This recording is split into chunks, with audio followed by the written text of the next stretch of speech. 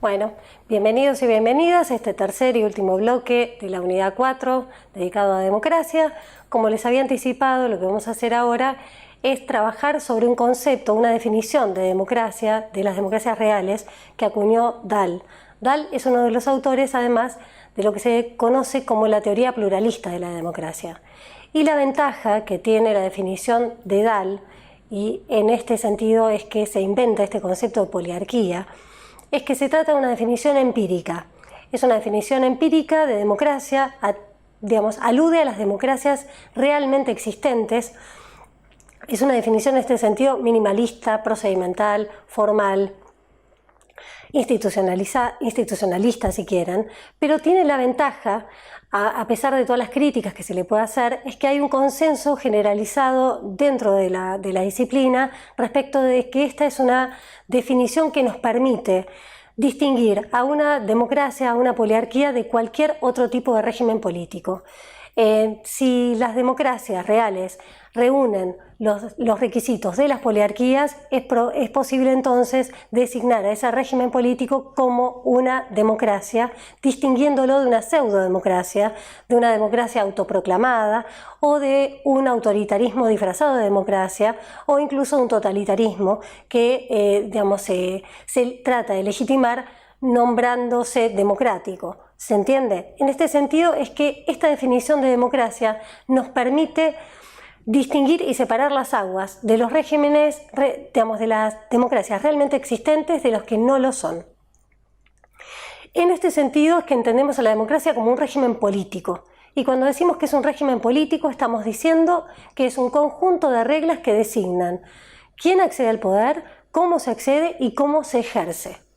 Entonces, las poliarquías, las democracias reales, en términos de Dahl, suponen la existencia de los siguientes requisitos. El primero es el derecho al voto, pero como decíamos, no es el derecho al voto de cualquiera, sino de la mayor parte de la población adulta de un país. Esto supone la existencia y la vigencia del sufragio universal.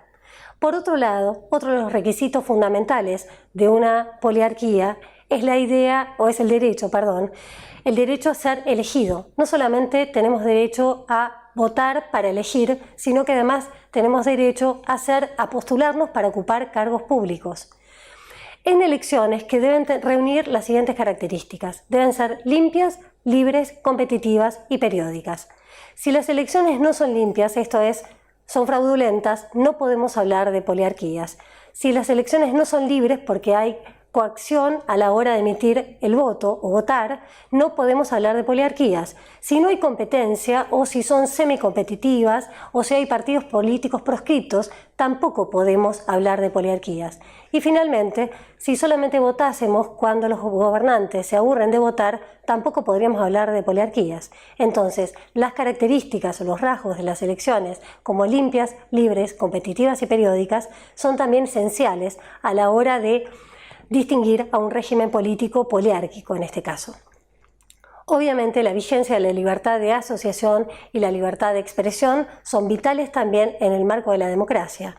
Y aquí Dahl, señala la necesidad de que existan fuentes alternativas de información. Con esto lo que está diciendo es que para que los ciudadanos y ciudadanas podamos elegir y discernir libremente aquello que nos interesa y votar acorde a esos intereses, tenemos que tener información que no sea emitida por un monopolio ni público ni estatal. A eso nos referimos con fuentes alternativas de información. Y finalmente, otro de los requisitos es que las instituciones públicas dependan del voto popular, esto es, que los cargos de toma de decisiones sean ocupados a través de las mismas elecciones con las características que mencionábamos antes. Estos son los rasgos que hacen, o estos son los elementos que nos permiten distinguir a las democracias reales de cualquier otra forma de gobierno, de cualquier otro régimen político. Ustedes lo van a encontrar en el texto de Dahl que está publicado en la revista Postdata. Hacia el final de ese texto se enuncian las características de las poliarquías y lo trabajamos también en el foro y también está señalado en los materiales que tenemos en el campus.